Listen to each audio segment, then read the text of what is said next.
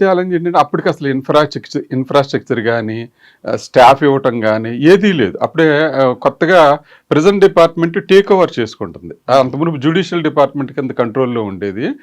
First class మేజిస్ట్రేటే జైలుకి సూపరింటెండెంట్గా ఉండేవాడు. వాళ్ళ దగ్గర నుంచి మేము ఛార్జ్ తీసుకుని మా జైలు తరపున సంస్కరణలు పెట్టడం కానీ అవన్నీ కూడా మేము ఇంప్లిమెంట్ చేసాం. మేము తీసుకునేటప్పటికి అవి చాలా వరకు మురికి కోపాల్లో ఉండి అప్పటికి కూడా కొండలో ఉండే ఈ వాష్రూమ్కి వెళ్ళడానికి ఫెసిలిటీస్ లేకపోకుండా కొండలే అలౌ చేసేవాడు. ఎలక్ట్రిసిటీ కూడా ఇన్సైడ్ లైట్ బల్బ్ లేదు, ఓన్లీ బయటే బల్బు ఉంటుంది. ఆ బల్బు నుంచి కాంతి లోపలికి వెళ్ళేది అంతే. అది ఫెసిలిటీస్ ఎర్లీ జైల్స్లో అట్లాగే ఉంటాయి. అతను ఎవరో కాంట్రాక్టర్ ఎవరో కూరగాయలు ఉప్పు పప్పు తెచ్చిచ్చేవాడు. వీళ్ళని చూసేవాళ్ళు ఎవరు, పట్టించుకునేవాళ్ళు ఎవరు, అట్లా ఉండేదన్నమాట. తర్వాత జైలు డిపార్ట్మెంట్ ఫస్ట్ పోస్టింగ్ లో మీకు ట్రబుల్ మాంగర్ ఎదురయ్యారా? ట్రబుల్ మాంగర్స్ అన్ని చోట్ల ఉంటారండి. ఒక్క వెస్ట్ గోదావరి నరసాపురం ఏంటి ఎక్కడైనా ఉంటారు. కాకపోతే ఏంటంటే వాళ్ళు సమాజంలో ఏదో ఒక ఇబ్బంది తగిలి మన దగ్గరికి వస్తారు. అసలు ఉదాహరణ చెప్పుకోవాలంటే కేసరి ప్రభాకర్ అన్న అతను వెస్ట్ గోదావరి నరసాపురంలో తగిలాడు. చాలా ఇంట్రెస్టింగ్ సబ్జెక్ట్. అతను మామూలుగా సెకండ్ షో సినిమాకి వెళ్ళాడు. సెకండ్ షో సినిమా ఇండియన్ బ్యాంక్లో బ్రాంచ్ మేనేజర్ కింద సెలెక్ట్ అయ్యి వారణాసిలో ఉద్యోగం. అతను సెలవులకి వెస్ట్ గోదావరి నరసాపురం వచ్చాడు. వెస్ట్ గోదావరి నరసాపురం వచ్చి సెకండ్ షో సినిమాకి వెళ్ళాడు. టికెట్ ఏదైనా అడిగారు పోలీసు వాళ్ళు. అడిగితే నీకు చూపించేది ఏంటి టికెట్ అని అన్నాడు. మరి ఈ టైంలో వస్తున్నా అంటే మేము అడుగుతాం కదా పోలీసు వాళ్ళు అని అన్నారు. తీసి లోపల జైల్లో వేశారు. లాకపల్లో పెట్టారు పోలీస్ స్టేషన్లో. పొద్దున్నే వెళ్ళిపోమన్నారు. అడిగారు లేదంటే పోలీస్ స్టేషన్ లాకపల్లో పెట్టారు. లాకపల్లో పెడితే ఉదయం అతను నాకు చెప్పాడు, ఉదయం వెళ్ళిపోమని చెప్పారు. ఎస్ఐ వెళ్ళిపోమని చెప్తే నేను ఎందుకు వెళ్ళాలి, నన్ను ఇల్లీగల్ డిటెన్షన్ చేశారు కాబట్టి నాకు సమాధానం చెప్తేనే నేను వెళ్తానని అన్నాడు. బయటకు వెళ్ళి కేసు వేసి అతను ఎస్ఐ మీద ఇల్లీగల్ డిటెన్షన్ అని వేశారు కేసు. అప్పట్లోనే ఇల్లీగల్ డిటెన్షన్ అని కేసు వేసి అతను నా జైలుకి రిమాండ్కి వచ్చాడు. వచ్చిన తర్వాత సార్ కాదండి ఎస్ఐ మీద కేసెస్ ఆయన జైలు రావడం ఏంటి? ఎస్ఐ మీద జైలు వేసి ఎస్ఐ 31 డిసెంబర్ నైట్ ఎస్ఐ రౌండ్కి వెళ్తే ఎస్ఐ మీద దాడి చేశారు కొంతమంది. అందులో ఇతను A26 కింద ఉన్నాడా లేదంటే ఫిక్సప్ చేశారు? ఉన్నాడని నేను చెప్పలేను. ఉన్నాడని నేను అయితే చెప్పలేను. అతన్ని A26 కింద పెట్టారు. అతన్ని రిమాండ్కి తీసుకొచ్చారు. అతను జ్యుడిషియర్ని కూడా చాలా బాగా ప్రశ్నించాడు. ఇతను నాకు వెస్ట్ గోదావరి నరసాపురంలో న్యాయం జరగట్లేదని ఇతను ట్రాన్స్ఫర్ పెట్టుకున్నాడు. పాలకొల్లుకి ట్రాన్స్ఫర్ పెట్టుకున్నాడు. పాలకొల్లు ట్రాన్స్ఫర్ పెట్టుకుంటే పాలకొల్లు కోర్టులో ఇతన్ని కేసరి ప్రభాకర్ రావు అని పిలిచారు. పిలిస్తే నన్ను ఏ కేసులో పిలిచారో నేను తెలుసుకుంటేనే నేను లోపలికి వస్తానని అడుగుతాను. అనేదికల్లా అతను కోర్టు వాళ్ళు నీకు చెప్పాల్సిన అవసరం లేదని బెల్లబంటతో చెప్పాడు. చెప్తే కేసరి ప్రభాకర్ అలా కాదు, నేను చెబితేనే నేను వస్తా, రాజ్యాంగం నాకు ఇచ్చిన హక్కు ప్రకారంగా నన్ను ఏ కేసులో పిలుస్తున్నారో నాకు తెలిస్తేనే నేను లోపలికి హాజరవుతాను. గట్టిగానే చాలా మంచి మనిషి సార్, చాలా మంచి మనిషి. I'm appreciate still today also. లోపలికి వెళ్ళాడు కోర్టులకి. తర్వాత కోర్టుకి వెళ్ళకపోతే రిమాండ్ ఇచ్చారు. నా దగ్గరికి వచ్చాడు. వచ్చిన తర్వాత వ్యవస్థలో నాకు ఇట్లా లోపాలు ఉన్నాయి, నేను హంగర్ స్ట్రైక్ చేస్తాను జైల్లో అన్నాడు. ఓకే నాకేం ప్రాబ్లం లేదు, మీరు కాగితం మీద రాసిచ్చామన్నారు. అట్లాగే రాసిచ్చేసేసాడు. నేను మామూలు జ్యుడిషియరీ ఆఫీసర్ పంపించాను. సబ్సిక్వెంట్గా అతన్ని సెంట్రల్ జైలు రాజమండ్రికి ట్రాన్స్ఫర్ చేశారు. అంటే జైల్లో హంగర్ స్ట్రైక్ చేయకూడదా? అంటే హంగర్ స్ట్రైక్ చేయడానికి సబ్ జైల్లో పెద్ద ఫెసిలిటీస్ ఉండవు. సెపరేట్ రిమాండ్ పెట్టడానికి, సెపరేట్గా లాకప్ చేయడానికి అట్లాగే ఏమి ఉండదు. కాబట్టి మేము ట్రాన్స్ఫర్ చేసాం. ఫస్ట్ ఏడీ పర్మిషన్ తీసుకుని అతను ట్రాన్స్ఫర్ చేసాం. కానీ సబ్సిక్వెంట్గా అతను చట్టం మీద పోరాడి తర్వాత ప్రాణాలు కూడా వదిలేసుకున్నాడు, చచ్చిపోయాడు పాపం. అంటే ఫస్ట్ కేసు మీకు మంచి కేసు సార్, చాలా మంచి కేసు అది. ఆయన హక్కుల మీద ఆయన పోరాటం చేశారు. హక్కుల మీద పోరాటం. ఓకే, అక్కడ నర్సాపురం తర్వాత నర్సాపురంలో చాలా పీస్ఫుల్గానే ఉండేది. ఎవరు రౌడీ షీటర్లు కానీ అప్పటికే అంతమునిపే ఉక్కుపాదం పెట్టి చేశారు. అక్కడి నుంచి మళ్ళీ నేను సెంట్రల్ జైలు రాజమండ్రికి వచ్చి రాజమండ్రి సెంట్రల్ జైలు కానీ అప్పట్లో కంబైన్డ్ ఏపీలో అదొక పెద్ద సెన్సేషన్ జైలు. అక్కడ నక్సలైట్లు కానీ లేదు క్రిమినల్స్ కానీ, మోస్ట్ వాంటెడ్ క్రిమినల్స్ కానీ లేదా హ్యాబిచువల్ అఫెండర్స్ కానీ అక్కడ ఉంటారు. నక్సలైట్ బ్లాక్ సెపరేట్గా ఉండేది రాజమండ్రి సెంట్రల్ జైల్లో. తర్వాత సెపరేట్గా కన్ఫైన్మెంట్కి వేరే సెల్స్ కూడా ఉండే.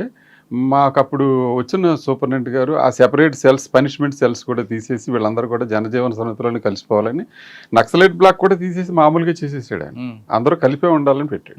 వాళ్ళకి సెపరేట్ ఏంటి, సెపరేట్ ఫుడ్ ఏంటి అదేం లేదు, అందరూ కలిసే ఉండాలని అన్నాడు.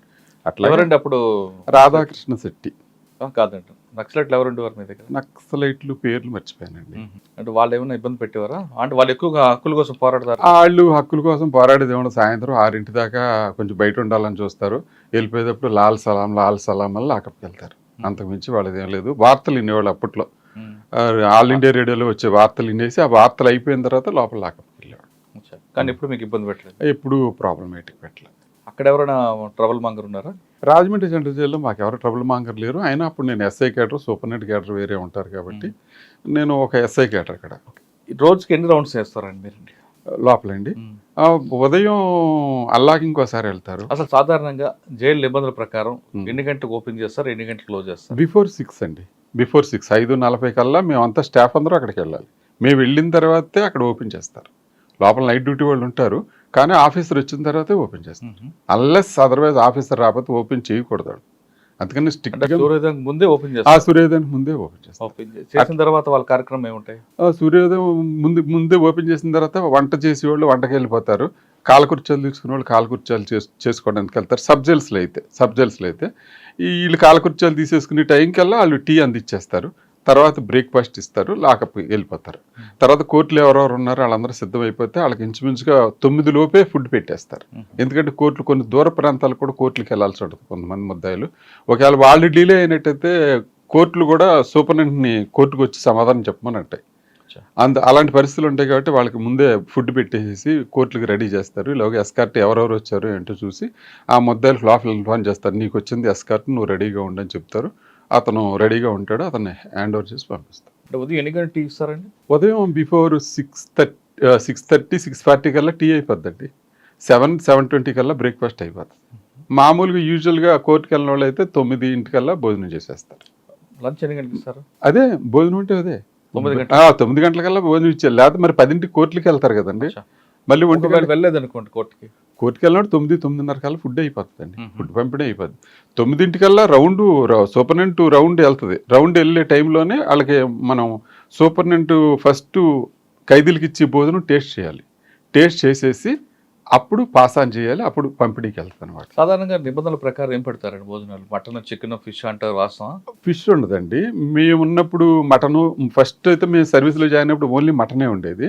తర్వాత అసలు మా ఆఫీసర్స్ దాని మీద చాలా శ్రద్ధ తీసుకున్నారంటే, ఎంత శ్రద్ధ తీసుకున్నారంటే బయట ప్రపంచానికి కూడా తెలియదు. ఒక రకంగా చెప్పాలంటే సన్ఫ్లవర్ మేము కొనే సన్ఫ్లవర్ ఆయిల్ కల్తీ దొరుకుద్ది, ఖైదీలకి అనారోగ్యం జరుగుద్దని అనంతపురం జైల్లో గ్రౌండ్ నట్ ఆయిల్ మిషనరీ పెట్టారు. అప్పటికప్పుడు డీజీ గారు డెసిషన్ తీసుకుని 35 లక్షల రూపాయలు పెట్టి మెషిన్ పెట్టి గ్రౌండ్ నట్ ఆయిల్ ఆడిచ్చి రాష్ట్రం అంతా సప్లై చేయడానికి పెట్టారు. ఎందుకంటే ఫస్ట్ మేము 15 కేజెస్ టిన్స్ కొనేవాళ్ళం, అగ్మార్క్ చూసేవాళ్ళం. వాటిలో అడల్ట్రేషన్ జరుగుద్దని మళ్ళీ 1 లీటర్ పోచెస్ తీసుకునేవాళ్ళం. 1 లీటర్ పోచెస్ అయితే అడల్ట్రేషన్ ఉండదని.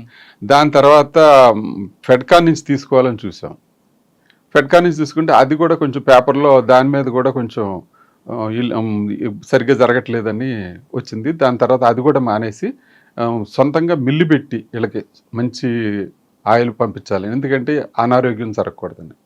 అందుకని సాధారణంగా ఉదయం నుండి వారం రోజులు మెనూ ఉంటుంది కదా, మెనూ ఏం చెప్తుంది? సోమవారం ఏంటి, మంగళవారం ఏంటి, బుధవారం ఏంటి? సోమవారం కందిపప్పు అండి, మంగళవారం శనగపప్పు, బుధవారం పెసరపప్పు, అట్లా 3 పప్పులు రొటేషన్ ఉంది. మళ్ళీ గురువారం, శుక్రవారం, శనివారం అట్లా మళ్ళీ రొటేషన్ అవుతుంది. ఒక సండే ఏమో ఫస్ట్లో నేను సర్వీస్లో జాయిన్ అయినప్పుడు మటన్ ఒకటే పెట్టేవాళ్ళు, చికెన్ ఉండేది కాదు. తర్వాత మటన్ వల్ల మళ్ళీ కొలెస్ట్రాల్ పెరిగి మళ్ళీ వాళ్ళ ఆరోగ్యం దెబ్బతిని హార్ట్ అటాక్లు వస్తున్నాయని వీళ్ళందరూ కూడా డిసైడ్ చేసుకుని ఒక వారం మటన్, ఒక వారం చికెన్ పెడుతున్నారు. పాలు ఎప్పుడు ఇస్తారండి? స్వీట్స్ కానీ? పాలు అంటే స్పెషల్ డైట్ కింద ఎవరికైనా టీబీ రోగులు కానీ వాళ్ళకి కానీ ఇస్తారు. అంతేగాని పాలు స్పెసిఫిక్గా ఖైదీలకి ఎవరు. అనారోగ్యం కలిగి డాక్టర్ రికమెండ్ చేస్తే కోడిగుడ్డు మెనూలు తర్వాత ఏం చేశారంటే బుధవారం కోడిగుడ్డు మెనూలో చేంజ్ చేశారు. మేము సర్వీస్లో ఉన్నప్పుడు లేదు కోడిగుడ్డు, తర్వాతే మెనూలో ఇంప్లిమెంట్ చేశారు. డైరెక్టర్ జనరల్ ఆఫ్ ప్రిజన్స్ చాలా వరకు కూడా చాలా ఆలోచన చేసి తరతరాల నుంచి ఉన్న బ్రిటిష్ వాళ్ళ దగ్గర నుంచి ఉన్న మెనూని మార్చుకుంటా ఒక్కొక్క ఆఫీసరు జైలు ఇన్ఫ్రాస్ట్రక్చర్ మార్చడానికి అయితే చల్లపల్లి జైలు ఎంవి కృష్ణారావు గారి దగ్గర ఉండి దాన్ని అంతా ప్లాన్ చేసి ఒక ఇంత జైలు ఎలా ఉండాలని ఆయన కళల రూపం అది చల్లపల్లి జైలు. స్వీట్స్ ఎప్పుడు ఇస్తారండి? స్వీట్స్ ఫెస్టివల్స్కి ఇస్తారండి. ఫెస్టివల్స్కి ఇస్తారు. ప్రిస్క్రైబ్డ్ ఫెస్టివల్ ఉంటుంది. ఆ ఫెస్టివల్లో 200 గ్రాములు లడ్డు తయారు చేసి ఇస్తారు. కానీ బయట నుంచి ఫుడ్ తెచ్చుకోవచ్చు, డబ్బులు ఇస్తే బిర్యానీ కూడా దొరుకుతుంది అంటారు, వాస్తవం లేదండి, ఎట్లా చేస్తారు, ఎట్లా అవుతుంది, ఎన్నో దాటి లోపలికి వెళ్ళాలి. ఎదర మెయిన్ గేట్ ఉంటుంది, తర్వాత వార్డు లోపల గేట్ ఉంటుంది, ఇన్ని చెక్ చేసింది, ఇన్ని చెకింగ్లో ఎక్కడా లోపల లేకోకుండా ఉండకుండా ఫైనల్గా చేరదు. కానీ కొంతమంది ఖైదీలకి అంటే ఆ యూట్యూబ్ బిజినెస్ కూడా వాళ్ళ వంట వాళ్ళే చేసుకోవచ్చు. లేదండి, అలాంటివన్నీ పాత రోజులు, పాత జమానా. అసలు ఇప్పుడు అలాంటి ఎక్కడో ఇప్పుడు కొంతమంది సెలబ్రిటీస్ వచ్చారనుకోండి, నేను జైలు ఫుడ్ తినమంటే అప్పుడు ఏం చేస్తారు? జైలు ఫుడ్ తిన్ను అని అనటానికి ఏం ఉండదండి. అక్కడ ఏముండదు, అందరితో పాటు కామన్గానే ఫుడ్ తినాలి. అన్లెస్ అదర్వైజ్ కోర్టు నుంచి ఏదైనా ఆర్డర్ తెచ్చుకుంటే ఆ ఫుడ్ అలౌ చేస్తారు. అంటే ఎవరు కోర్టు నుంచి ఆర్డర్ ఎవరికి ఇస్తారు? జగన్మోహన్ రెడ్డి ఉన్నారు ఎక్స్ సీఎం, ఆయన కోర్టు నుంచి ఇంటి నుంచి ఫుడ్ తెచ్చుకోవడానికి ఆర్డర్ తెచ్చుకున్నాడు, తీసుకుంటాడు అంతే. అంటే కోర్టు ఆర్డర్ ఇస్తే కోర్టు ఆర్డర్ ఇవ్వాలి. అంటే జైల్లోనే వండుతారా లేదా బయట నుంచి తెప్పించు? వాళ్ళకి బయట నుంచి అవుట్ సైడ్ ఫుడ్ అలౌ చేశారండి. Court order. సాధారణంగా సెలబ్రిటీస్ వస్తుంటారు, వాళ్ళు మేము జైలు ఫుడ్ తినం, బయట నుంచి బ్రెడ్ జామ్ తెచ్చుకుంటాం. బ్రెడ్ అలౌడ్ అండి, bread allowed, banana allowed, apples allowed, అవి అలౌడే, బిస్కెట్స్ అలౌడ్. కానీ గంజా సిగరెట్ అవి ఆ సిగరెట్ మేము వెళ్ళిన సర్వీస్ కొత్తలో అయితే లోపల క్యాంటీన్లో అమ్మేవారు సిగరెట్లు. కానీ సబ్సిక్వెంట్గా అది స్మోక్ ఫ్రీ జోన్ చేసేసారు జైల్స్ని. దానివల్ల లోపల సిగరెట్ తాగకూడదు. ఓకే, సిగరెట్ బీడి తాగ. డబ్బులు ఇస్తే మందు కూడా లోపలికి వస్తుంది అంటారు, వాస్తవం? లేదండి, వాళ్ళు ఎన్నో ప్రయత్నాలు చేస్తారు సార్. గంజాయి తేవడానికి ప్రయత్నం చేస్తారు, మందు తేవడానికి ప్రయత్నం చేస్తారు, వాళ్ళు రకరకాల ప్రయత్నాలు చేస్తారు, అన్ని ప్రయత్నాలు చేస్తారు. ఒకసారి అయితే నేను విజయవాడ జిల్లా జైల్లో ఉండగానే ఒక అతను బిస్లరీ మినరల్ వాటర్ బాటిల్ తెచ్చుకున్నాడు. ఏంటి బాటిల్ ఈడికి టాలీ అవ్వట్లేదు, ఈడు బిస్లరీ మినరల్ వాటర్ బాటిల్ తాగేవాళ్ళు లేడు, ఈడు అంటే, ఏంటి సార్ మేము కూలింగ్ వాటర్ బయటకు వెళ్ళి ఎండలో ఎలా మండిపోతున్నాయి సార్, ఒక బాటిల్ మంచినీళ్ళు తెచ్చుకున్నాం సార్, ఇంకా కొంచెం మిగిలి సార్, లోపల తెచ్చి తాగకూడదా సార్ నన్ను అడిగాడు. ఏంటి ఇలా మాట్లాడుతున్నాడు ఏంటంటే తీరా చూసాడు జిన్ను. జిన్ తెచ్చుకున్నాడా? మీరేం చేశారు వాడికి పనిష్మెంట్? అదే వాటితో రాయించుకుని పనిష్మెంట్, అది పనిష్మెంట్ అంటే ఉంటుంది. పనిష్మెంట్ కూడా ప్రిస్క్రైబ్డ్ పనిష్మెంట్లు ఉంటాయి, ఏదో సెపరేటు కన్ఫైన్మెంటు, ఇంటర్వ్యూలు ఆపటం అట్లాంటివి ఉంటాయి. మాన్యువల్లోనే ప్రిస్క్రైబ్డ్, ఆ ప్రిస్క్రైబ్డ్ ప్రకారం. రేషన్ కటింగ్ అంత మొలాఖత్ కటింగ్ ఉంటుంది, మొలాఖత్ కటింగ్ ఉంటుంది సార్. ఇప్పుడు మందు దొరకదని మీరు చెప్తున్నారు, కానీ గంజా దొరకదని మీరు చెప్తున్నారు. కానీ మీ ఆఫీసర్లు సడన్ గా రైడ్ చేస్తే గంజా ప్యాకెట్లు దొరుకుతాయి, సెల్ ఫోన్లు కూడా కుప్పలు దొరుకుతుంటాయి, అది ఎలా సాధ్యం ఉంటాయి? సెల్ ఫోన్లు దొరకటం అంటే మనం ఎంత భద్రతాపరంగా ఎన్ని జాగ్రత్తలు తీసుకున్నా వాళ్ళ మెంటాలిటీ ప్రకారం వాళ్ళు చేయాలని చూస్తారు. క్లాస్లో టీచర్ పాఠాలు అందరికీ సమానంగా చెప్తాడు. ఒకటి ఫస్ట్ క్లాస్ వస్తే, ఒకటి సెకండ్ క్లాస్ వస్తే, ఒకటి ఫెయిల్ అవుతాడు, ఒకటి ఆ క్లాస్ కూడా బంకు కొట్టి వెళ్ళిపోతాడు. అందరికీ టీచర్ చెప్పేది ఒకటే కదా, అట్లాగే మేము చెప్పేది కూడా ఒకటే, మేము చేసే పద్ధతి కూడా ఒకటే. కానీ దాన్ని రిసీవ్ చేసుకొనటం కానీ దానికి ఏమైనా కొత్త కోణాలు ఎతికేవాళ్ళు కూడా వాళ్ళు ఉంటానే ఉంటారు. సమాజంలో ఎట్లా ఉంటారు, సమాజంలో ఉన్న మనుషులే కదా జైలుకి వచ్చేది కూడా. వాళ్ళు సమాజంలో ఎట్లా ట్రై చేస్తారు, ఇప్పుడు ట్రాఫిక్ సిగ్నల్ దగ్గర ఆగాలి, ఆక్కోకుండా జంప్ చేయటం ఎట్లాగా, నెంబర్ ప్లేట్ కనపడుకోకుండా చున్నీ వేయటం ఎలాగా, ఎట్లా చేస్తారు? హెల్మెట్ పెట్టుకోరు, హెల్మెట్ పెట్టుకోరు, లేకపోతే హ్యాండిల్ పెడతాడు, పోలీస్ కనపడితే హ్యాండిల్ పెడతాడు, నెత్తి తగిలించుకుంటారు. ఎట్లాగా బయట మనుషులు ఎట్లా ఉంటారు, జైల్లో కూడా అట్లాగే ఉంటారు. కానీ ఖైదీలకి పరివర్తన తేడానికి ఉంది కాబట్టి ప్రతి వ్యక్తి మీద మీ ఫోకస్ ఉండాలి కదా. ఉంటుందండి, ఉంటుంది. అట్లాగే చేస్తాము. అట్లాగే వీళ్ళకి యోగా నేర్పించడం కానీ, లిటరేచర్ అక్షరాలు నేర్పడం కానీ ఇవన్నీ చేస్తాం. అన్నిటికీ ప్రణాళిక. ఎక్కడి నుంచి దొరుకుతాయండి సెల్ ఫోన్లు అంటే ఇంక అన్నిటికీ ఒకసారి. ఇప్పుడు మేము మీకు ఎట్లా అంటే చెప్తా, ఒకడెవడో కాల్గేట్ టూత్ పౌడర్ పట్టుకొచ్చాడు,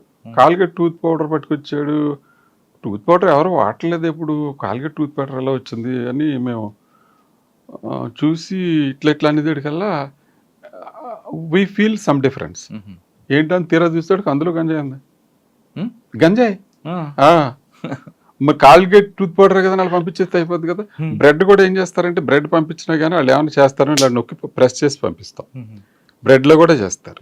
బ్రెడ్ అనే బిస్కెట్ ప్యాకెట్ ఉందనుకోండి, బిస్కెట్ ప్యాకెట్లో కట్ చేసేసి లోపల 2-3 బిస్కెట్లు తీసేసి లోపల పెట్టేసి పైన ఫెవికాల్తో పెట్టి అంటించి పంపిస్తారు. మేము మళ్ళీ అది చూడాలి చక్కగా, ఏం బరువు తేడా ఉందా లేదా. ఇన్ని జాగ్రత్తలు తీసుకుంటేనే కానీ మీలాంటి వాళ్ళ దగ్గర మేము సమాధానం చెప్పలేం. కానీ సెల్ ఫోన్లో, సాక్స్లోని, షూస్లో కూడా పెట్టుకుని వస్తుంటారు కదా సార్. ఎయిర్పోర్ట్లోనే జరుగుతుంటాయి సార్. ఎయిర్పోర్ట్ కూడా మీరు పకడ్బందీగానే ఉన్నదే వ్యవస్థ, జైలు లాగానే పకడ్బందీగా ఉన్న వ్యవస్థ.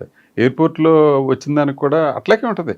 మనం శతవిధాలా మనం ట్రై చేస్తాం, వాళ్ళు శతవిధాలా ట్రై చేస్తాం లోపల రావడం. కానీ కింద చుట్టుపక్కల ఉన్న కొంతమంది సిబ్బంది సహకారం లేకుండా జరగదనేది. సిబ్బంది అంటే సిబ్బంది కూడా బయట జనం నుంచి సమాజం నుంచి వచ్చిన వాళ్ళే కదా సార్, వచ్చిన వాళ్ళే. కానీ ఏంటంటే వాళ్ళ మీద మేము పర్యవేక్షణ అయితే ఉంటుంది. ఎందుకనంటే తప్పు కింద సిబ్బంది చేసినా కానీ పైవాళ్ళ రెస్పాన్సిబిలిటీ, పైవాళ్లే సమాధానం చెప్పుకోవాలి కాబట్టి నిరంతరం మా జాగ్రత్త అయితే మేము తీసుకుంటాం. కానీ జైల్లో ఉన్న సిబ్బంది ఎక్కువ ములాఖాతుల దగ్గర ఎక్కువ పనిచేయడానికి ఇష్టపడతారు, గేట్ల దగ్గర పనిచేయడానికి ఇష్టపడతారు. కానీ రౌండ్స్లో కానీ లోపల కానీ సెంట్రిక్ కానీ ఎక్కువ ఇష్టపడరు అంటారు. ఎందుకంటే నాకైతే ఇప్పుడు వరకు అలాంటిది ఏం తగల, ములాఖా డబ్బులు వస్తాయన్నా? నాకైతే అలాగే ఏం తగల. అంటే మా దగ్గర కూడా రాస్టర్ ఉంటుంది. రాస్టర్ ప్రకారం ఇవాళ గేట్ చేస్తే లోపల రౌండ్ ఉంటుంది, ఓ రోజు డే అయితే ఒక రోజు నైట్ ఉంటుంది. ఆ రాస్టర్ ప్రకారం చేస్తాం. మనం రాస్టర్ ఎప్పుడైతే దాన్ని డీవియేషన్ చేసామో కింద స్టాఫ్ మళ్ళీ ప్రశ్నించడానికి అవకాశం ఉంటుంది. రాస్టర్ డీవియేషన్ చేయకోకుండా ఉంటే దానికి అట్లా ఏం ఆడటానికి ఉండదు కదా. ఓకే సార్, మీ సర్వీస్లో టిపికల్ కేసులను చూసారు. ఇప్పుడు మీరు చెప్పారు బిస్కెట్ ప్యాకెట్లో గంజాయి, అటువంటి ఏమన్నా ఇంత దారుణంగా ఈ విధంగా కూడా ఎక్స్పోర్ట్ చేయొచ్చు అన్నది? చేస్తారు సార్. యానస్లో కూడా పెట్టుకుని తీసుకొస్తారు. మేము మళ్ళీ కూర్చోబెట్టి యానస్లో కూడా పెట్టుకుని తీసుకొస్తాం. యానస్లో కూడా పెట్టుకుని తీసుకొస్తాం. దాన్ని ఎలా చెక్ చేస్తారు? దాన్ని ఒక కట్టెన్ వెనకాలకి తీసుకెళ్ళి ఆయన కూర్చోబెట్టి బయట తీస్తారు. యానస్లో ఒక ప్యాకెట్లో పెట్టుకుని దారం బయట పెట్టుకుంటాడు. ఆ దారం పెట్టుకుని లాగితే అది బయటకు వచ్చింది. అటువంటి సంఘటన ఎదురయ్యా మీకు? మీకు ఎలా తెలుస్తుంది వాడు యానస్లో అది ఉందని? నడక తేడా తెలుస్తుంది, వాడి బిహేవియర్ తెలుస్తుంది. లోపల వాళ్ళు శతవిధాలు ట్రై చేస్తారు సార్. గంజాయి తీసుకురావడం శతవిధాలు ట్రై చేస్తారు, అందులో అనుమానం లేదు. కొంతమంది స్టేడియం నుంచి స్టేడియం అంటున్నా జైలు బయట నుంచి బాల్ ద్వారా బాల్ ద్వారా వేస్తారు. మేము పట్టుకోవడానికి మధ్యాహ్నం మామూలుగా సాధారణంగా అవన్నీ కూడా లంచ్ బ్రేక్ టైంలో జరుగుతూ ఉంటాయి. అవన్నీ సీసీటీవీ కెమెరాలు లేనప్పుడు జరిగేయేమో. కానీ తర్వాత సరే సీసీటీవీలు కూడా పెట్టేసిన తర్వాత మళ్ళీ ఒకవేళ ఎవరైనా మేము వెళ్ళినా కానీ మేము సీసీటీవీ సర్వేలెన్స్ చూసి చెక్ చేస్తాం అనమాట. ఆ తర్వాత ఆ కార్నర్లో వాళ్ళకి పోస్టింగ్ వాళ్ళకి చెప్తాం మేము లంచ్కి వెళ్తున్నాం జాగ్రత్త. మళ్ళీ మాకు ఇన్ఫార్మేషన్ ఖైదీలు కూడా పెడతాం. మాకు ఇన్ఫార్మ్ చెప్పేవాళ్ళని ఏదైనా వచ్చిందా ఏంటంటే ఆడు చెప్తాడు అనమాట. ఏమైనా జరిగితే ఆడు చెప్తాడు. ఈయన చూసేవాడికి ఆడు కూడా అలర్ట్గా ఉంటాడు. సార్ జైలు మాన్యువల్ ప్రకారం తప్పు చేస్తే పనిష్మెంట్ ఏ విధంగా ఉంటాయి? జైలు మాన్యువల్ ప్రకారంగా పనిష్మెంట్లు ఉంటాయండి. అంటే వారు ప్రిస్క్రైబ్డ్ ఉండే సబ్సిడరీ జైలు మాన్యువల్లో ఉన్నాయి ప్రిస్క్రైబ్డ్. ఆ ప్రిస్క్రైబ్డ్ ఏంటంటే ఇంటర్వ్యూలు కట్ చేయటం, ఆ తర్వాత అతనికి ములాఖాతులు తీసేయటం, తర్వాత ఏదైనా రెమిషన్ ఉంటే రెమిషన్ తగ్గించడం, అలాంటివి ఉంటాయి. అందుకనే లైఫర్స్ వాళ్ళందరూ కూడా చాలా జాగ్రత్తగా రూల్స్కి అనుకూలంగానే చేస్తారు తప్ప వ్యతిరేకంగా చేయరు. ఎందుకంటే యూటీ ప్రిజనర్స్ ఎవరన్నా యూటీ ప్రిజనర్స్లో కూడా ఓన్లీ 5% కొంచెం డీవియంట్ మేనర్ ఉన్న వాళ్ళు ఉంటారు. కానీ 80 to 90% వరకు చాలా వరకు లా ఒబైడింగ్ పీపులే ఉంటారు. ఎందువల్ల అంటే వాళ్ళు ఏదో యాక్సిడెంటల్గా కానీ సడన్ ప్రొవొకేషన్ వల్ల కానీ ఏదన్నా కేసులో ఇరుక్కోవటం అవుతుంది తప్ప అట్లా అవ్వదు. ఎందుకు ఇప్పుడు మాకు సర్వీసులో చేరినప్పుడు చోరీ కేసుల మీద చాలా ఎక్కువగా రిమైండ్ వచ్చాయి. చోరీ కేసుల్లో ఎక్కువ వచ్చాయి. సబ్సిక్వెంట్గా 98 99 2000 ఆ ప్రాంతాలకు వచ్చాడు 498లో ఎక్కువ వచ్చాయి. ఆ ఫ్యామిలీ మొత్తం కేసుల్లో పెట్టేవాళ్ళు, ఫ్యామిలీ మొత్తాన్ని కేసులో పెట్టేవాళ్ళు. సబ్సిక్వెంట్గా తర్వాత 498లో కోర్టు కూడా రిమాండ్ ఇవ్వకోకుండా ఉండడం వలన తగ్గినాయి. కానీ కొంచెం మన చట్టాల ప్రకారంగానే లోపలికి వచ్చే ముద్దాయిలు దాన్ని బట్టి ఆధారపడి ఉంటాయి. సార్ సాధారణ జైల్లోకి వచ్చిన తర్వాత యోగా, పేపర్ చదువుకోవడం ఇవన్నీ నేర్పుతారంట వాస్తవం? అవునండి, అవును. యోగా చేస్తారు. అసలు ఒక్కొక్క డిఏజీ అయితే డిఏజీ గారు అయితే ఫిజికల్ పెరేడ్కి బాగా ఇంపార్టెన్స్ ఇచ్చేవారు. వాళ్ళకి లెఫ్ట్ రైట్ చెప్పడం కానీ వాళ్ళ మూమెంట్ చేయటం కానీ అట్లా కూడా చేయించేవాడు. ఎందుకనంటే వాళ్ళు అందులో కనుక ఎంగేజ్ చేసి వాళ్ళకి యోగాలో కనుక పెట్టినట్టయితే వాళ్ళకి మిగతా డీవియేషన్ ఆలోచనలు అయితే ఉండకోకుండా ఉంటాయి. లేకపోతే idle men's brain is devil's workshop అని అట్లా అదొక ఫేమస్ ప్రోవర్బ్ కాబట్టి అట్లా కాకుండా ఉండాలనే ఈ తాపత్రయం అంతా. జైల్లోకి కొత్తగా ఒక వ్యక్తి వచ్చారు, ఏదో మీరు అన్నట్లుగా 498లోనో లేదంటే రోడ్ యాక్సిడెంట్లోనో అంతవరకు నేరం చేయని వ్యక్తి ఫస్ట్ టైం వచ్చినప్పుడు ఆయన తీసుకువెళ్ళి మీరు పాత నేరస్తుల మధ్యన పెడతారా లేదా సెపరేట్ పెడతారా? ముందుగా ఆయన మూవ్మెంట్స్ అబ్జర్వేషన్ చేసి క్వారంటైన్ అసలు ఎలాగుంటదండి? ముందు సెంట్రల్ జైల్లో పెద్ద జైల్స్ ఉన్నాయనుకోండి, క్వారంటైన్ ఉంటుంది. సాధారణంగా రాగానే పుట్టుమతలు చూస్తారట వాస్తవం? అవునండి, అది వెరిఫై చేయాలి. లేకపోతే ఇప్పుడు కోర్టులో ఒక అతను వారెంట్ ఇచ్చారు, ఆ పుట్టుమచ్చలు ఇచ్చారు, వారెంట్ ఇచ్చారు. అతను కోర్టు నుంచి మన జైలుకి వచ్చేటప్పుడు ముద్దాయి మారిపోతే, కోర్టు నుంచి మన జైలుకి వచ్చేటప్పుడు ముద్దాయి మారిపోతే, వేరే వాడు ఎవరో జైలుకి వచ్చేస్తే, అందుకని మనం అన్నీ వెరిఫై చేయాలి. సాధారణంగా డీప్గా చెప్పండి సార్. ఖైదీ లోపలికి అడ్మిన్ బ్లాక్లో తీసుకొచ్చిన తర్వాత అండ్ వెరిఫికేషన్ ఎలాగుంటుంది, ఏ బ్లాక్కి ఎలా కేటాయిస్తారండి? లేదు, అతను మామూలుగా మేము 2-3 మాటలు అతనితో మాట్లాడేటప్పటికి మాకు కొంచెం అర్థం అవుతుంది. మామూలుగా మాకు సైకాలజీ, క్రిమినాలజీ మీద కూడా సబ్జెక్టులు ఉన్నాయి. తమిళనాడు వెల్లూరులో అందరూ ట్రైన్ అయ్యి ఉంటారు. దాని మీద ఒక ముద్దాయితో మాట్లాడితే ఆ ముద్దాయి ఎట్లాంటోడు, వీటి వల్ల ఏం భయం ప్రాబ్లమ్స్ ఉంటాయి అన్నీ మీకు ఎగ్జాంపుల్ చెప్తాను. ఎవరన్నా ఒక అతను భార్యని చంపేసి జైలు కనుక వచ్చాడు అనుకోండి ఉదాహరణకి, మీకు తెలియని విషయం మా అందరికీ అర్థమయ్యేది ఏంటంటే అతని దగ్గర మాకు సూసైడల్ టెండెన్సీ ఉంటుంది. తప్పు చేశారని సూసైడల్ టెండెన్సీ ఉంటుంది. కాబట్టి భార్యను చంపి కనుక జైలుకి వచ్చినట్టయితే మేము అలర్ట్ అయిపోవాలి, సావధానం అయిపోయి అతని మూమెంట్స్ మీద అతనికి వేరే ఒక అతన్ని అప్పచెప్పి, అరే కొంచెం ఆయన జాగ్రత్తగా చూసుకోరా, బాత్రూమ్కి వెళ్ళేటప్పుడు ఏం చూసుకోవాలి, లేకపోతే జైల్లోనే సూసైడ్ చేసి చచ్చిపోతాడు. నేను గుడివాడ జైల్లో ఉండగా ఒక అతను ఇలాగే రిమాండ్కి వచ్చాడు. రిమాండ్కి వస్తే నేను మామూలుగా మాకు తెలిసిన విద్య కాబట్టి నేను ఎట్లాగే చేశాను. ఆ జైల్లో ఉన్నంతకాలం పొద్దున్న నైటు లేట్ అయింది బెయిలు. మర్నాడు ఉదయం పొద్దున్నే 6:30కే నేను రిలీజ్ చేశాను. 9:30-10 పురుగుమంది దాకా చచ్చిపోయాడు. ఎక్కడ? బయట. వాళ్ళు ఊరెళ్ళిపోయి గడ్డిమేడి దగ్గర పురుగుమంది దాకా చచ్చిపోయాడు. అంటే తప్పు చేశారని చూశారు. అంటే ఏంటంటే మేము అలర్ట్గా లేకపోతే ఎంత ప్రమాదకరమైన పరిస్థితుల్లో మా ఉద్యోగం ఉంటుంది అన్నదానికి ఇది పెద్ద ఉదాహరణ. అంటే భార్యను చంపిన వాళ్ళు మాత్రం ఎందుకండి? అది వీళ్ళకి ఆ సడన్ ప్రొవకేషన్లో ఆ భార్య వేరే వాళ్ళతో ఉండటం వల్ల ఏదో అట్లా చూసి ఇతను సడన్గా అయిపోయి చేసేస్తాడు తప్ప, తర్వాత ఇతను మెమరీస్కి అన్నీ గుర్తొస్తాయి. ఆ ఆవిడతో ఇతను గడిపిన మధుర క్షణాలు కానీ, ఆ భార్య ఇతని పట్ల తీసుకున్న కేరు గుర్తొచ్చి కానీ, ఇట్లాంటి అవకాశాలు అయితే ఎక్కువ ఉంటాయి. ఇప్పుడు కూడా జైల్లో ఎప్పుడన్నా మీరు రేరుగా ఎవరన్నా సూసైడ్ చేసుకుంటే చాలా వరకు వీళ్ళే ఉంటారు, ఈ రీజన్తో ఉన్నవాళ్ళు ఉంటారు. సార్ అదే విధంగా దొంగతనం చేసిన వాడు కానీ, రేప్ కేసులో వచ్చిన వాడు కానీ, చిన్నపిల్లల్ని హత్య చేసిన వాడు వచ్చిన వాళ్ళ ఫీలింగ్స్ ఎలా ఉంటాయి? వాళ్ళ ఫీలింగ్స్ చాలా వరకు రొటీను అయిన వాళ్ళు అయితే వాళ్ళంత అఫెండ్ అవ్వరు. మామూలుగా కొత్తగా వచ్చిన వాళ్ళు మట్టుకి చాలా భయపడతారు. సార్ ఫస్ట్ మీరు అన్నట్లుగానే పుట్టుపచ్చలు అన్ని వెరిఫై చేసిన తర్వాత అడ్మిన్ బ్లాక్ పంపిస్తారా, లేదు హ్యాబిచువల్ అఫెండర్ ఎక్కడ ఆ బ్లాకే పంపిస్తారు? లేదు, అట్లా పంపించరండి. అట్లా హ్యాబిచువల్ అఫెండర్లో పంపించరు.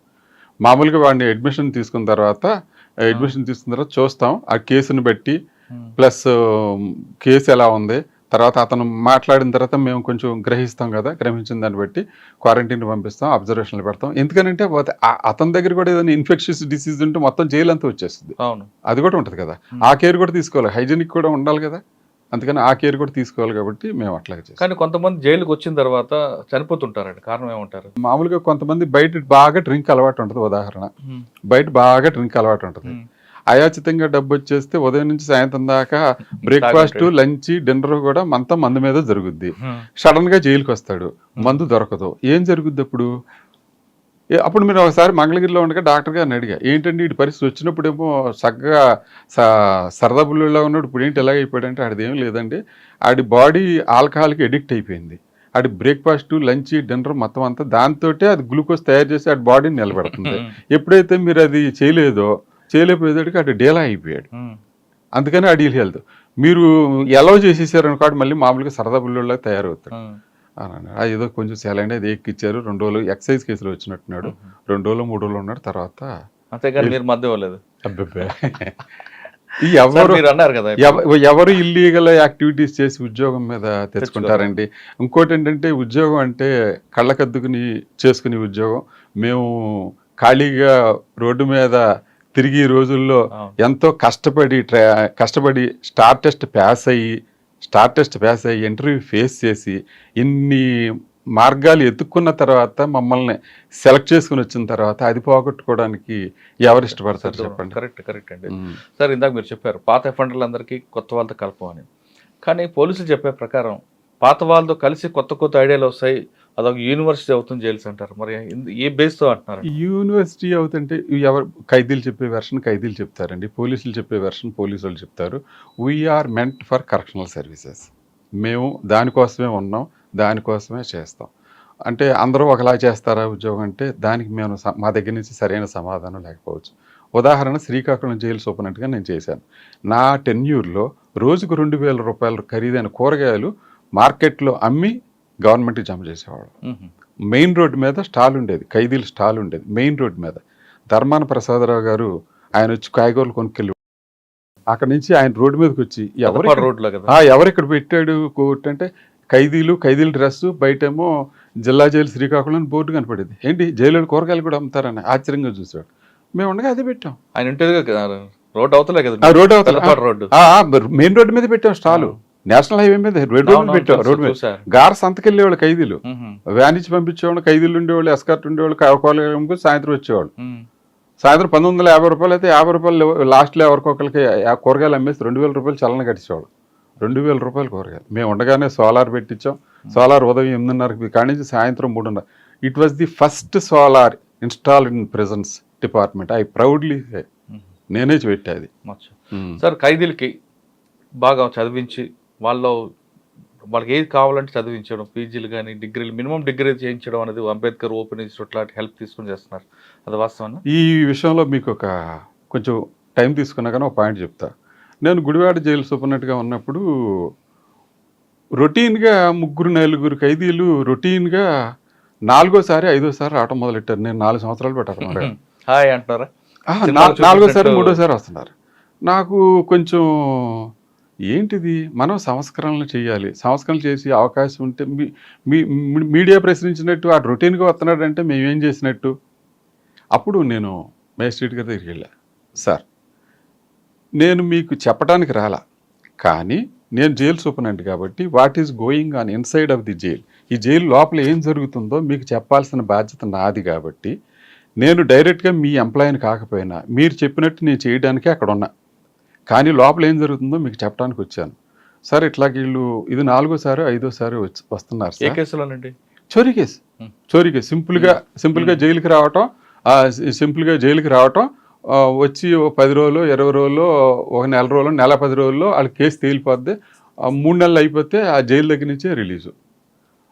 అప్పుడు నేను చెప్పాను, ఏమంటే సార్ మీరు రొటీన్గా ఇలాగే ఇస్తున్నారు, మనం ఒక ఖైదీ మీద ఆ రోజుల్లోనే ₹123 దాకా ఖర్చు పెడుతున్నాం ఒక రోజుకి. ఇది పబ్లిక్ మనీ.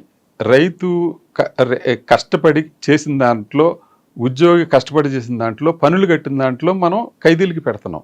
ఇలాంటి సొమ్ము ఇట్లా దుర్వినియోగం అవటం మాత్రం కరెక్ట్ కాదని అనిపిస్తుందండి. వీళ్ళకి మీరు 3 నెలల శిక్ష వేస్తే సబ్ జైలులోంచే రిలీజ్ అయిపోతారు. మీరు వీళ్ళ సంస్కరణలు చేయాలంటే వీళ్ళు రాజమండ్రి సెంట్రల్ జైలు పంపించాలి. సెంట్రల్ జైలు పంపిస్తే అక్కడ ఏదో పని చేయటమో, ఏదైనా చేయటమో, వాళ్ళు ఏదో పని నేర్చుకోవటమో ఏదో జరుగుద్ది. కష్టపడి రూపాయి సంపాదించడం అవుతుంది. అలా కాకుండా మనం ఇక్కడి నుంచే చేయటం మొదలు పెడితే అది ఎట్లా అవుద్ది. నెక్స్ట్ టైం నుంచి మేజిస్ట్రేట్ గారు నా పట్ల కరుణ కట్టించారు. చక్కగా అందరినీ రాజమండ్రి పంపించి ఏర్పాటు చేసి పెట్టారు. రాజమండ్రిలో వెళ్తే వాళ్ళ సంస్కరణలు అయింది తిరిగి వస్తారన్న అభిప్రాయంతో నేను అడిగా. ఎవరైనా అయితే ధైర్యం చేసేవాళ్ళు కాదేమో మేజిస్ట్రేట్ గారికి అలా చెప్పడానికంటే. అది కోర్టుని డిక్టేట్ చేయడానికి నేను రాలేదని నేను ముందే చెప్పాను. కోర్టుని డిక్టేట్ చేయడానికి నేను రాలేదండి.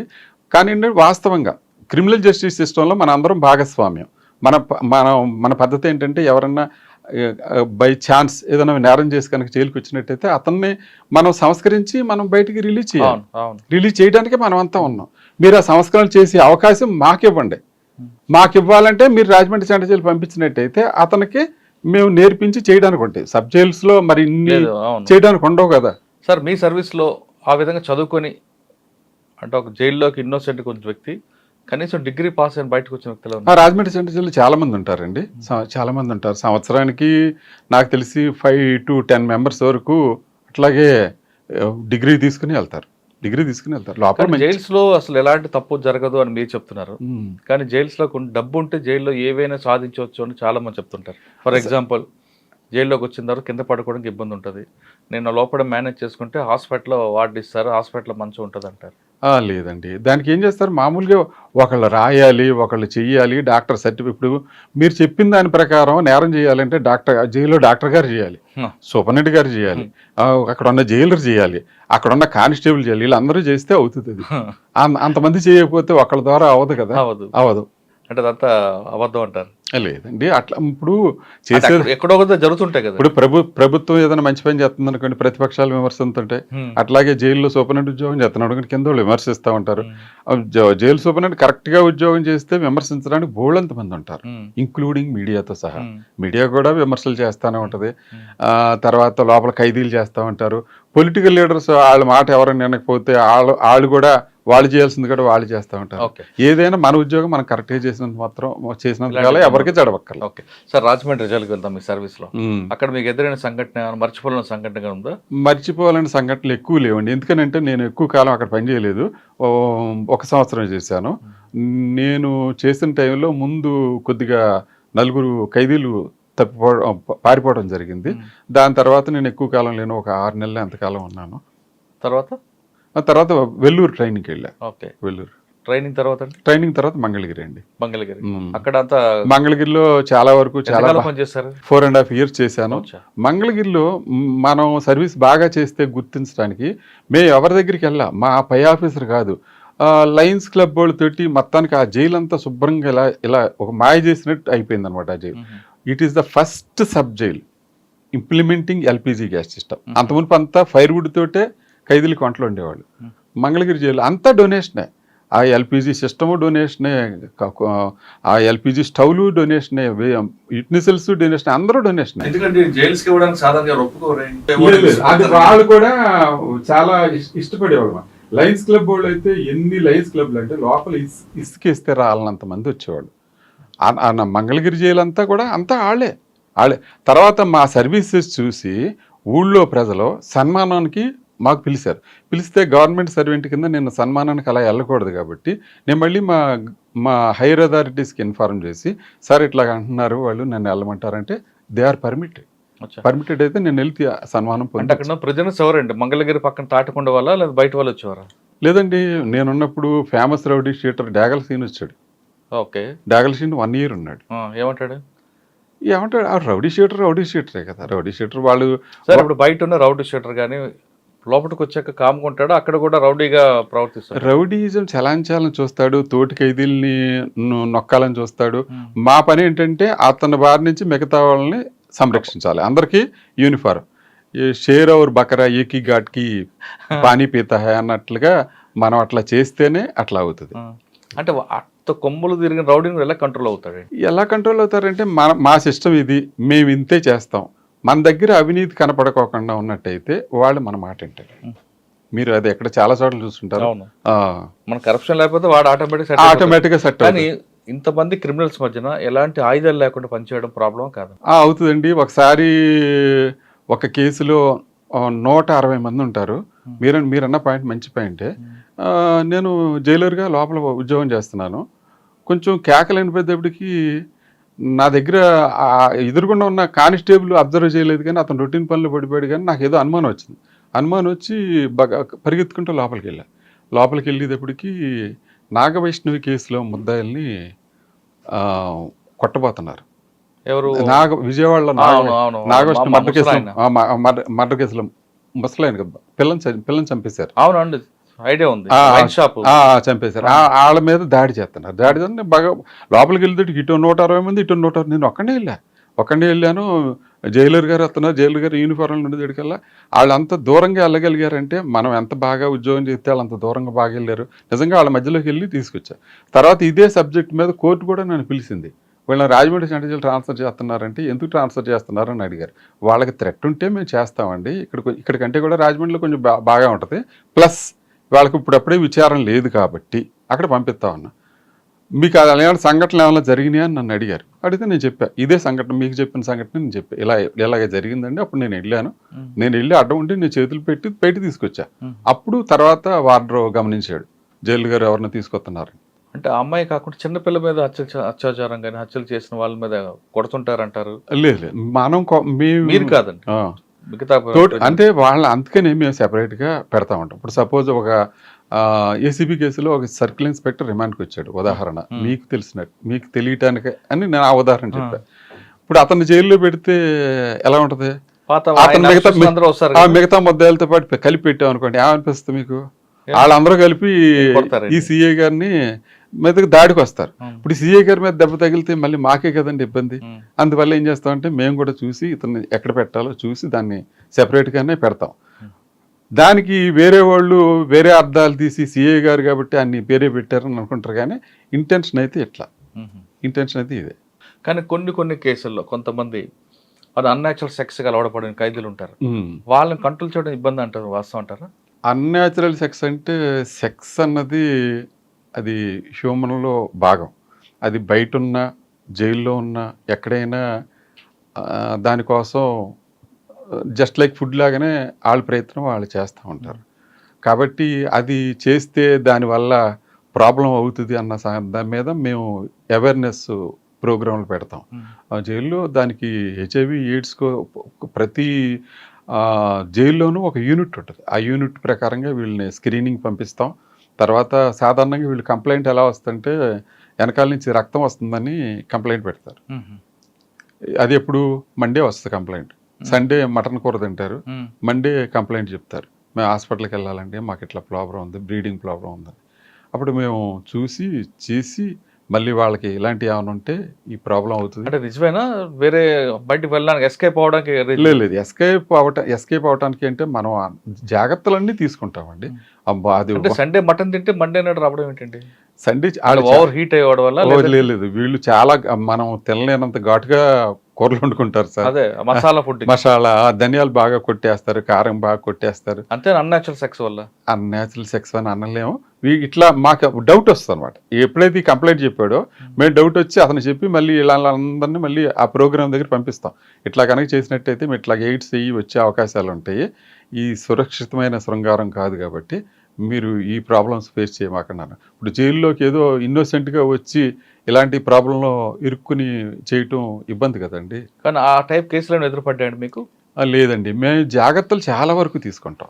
అన్యాచురల్ సెక్స్ కేసులు లేదు, ఇవి విజయవాడలో ఉండగా మేము వీటి మీద ఒక వేరే ప్రోగ్రాం పెట్టాం. అప్పట్లో గవర్నమెంట్ దానికి బడ్జెట్ కూడా ఇచ్చేది, దానికి వేరే ఒక ఆఫీసు, తర్వాత కౌన్సిలింగ్ ఒక కౌన్సిలరు, అతను కౌన్సిలింగ్ చేస్తాడు ఖైదీల్ని. సార్ జైల్లోకి వచ్చిన తర్వాత కొత్తగా అంటే యూటీ ప్రిజనర్స్కి వాళ్ళ బాత్రూమ్ వాళ్ళే కడుక్కోవాలి, వాళ్ళ గిన్నెలు వాళ్ళే తోముకోవాలి అంటారు, వాస్తవం?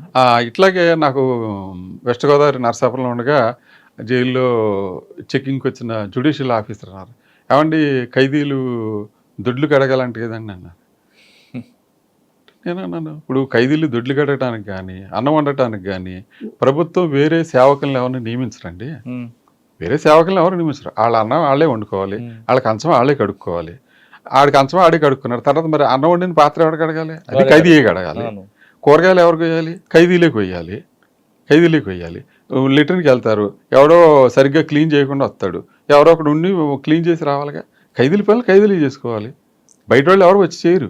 లోపల ఇప్పుడు మీరు ఏ జైలుకి వెళ్ళినా కానీ చాలా నీట్గా కనపడుద్ది. అది ఎవరి వల్ల బయట ఎవరో సర్వెంట్లు వచ్చి దాన్ని చేయరు, ఖైదీలే చేస్తారు.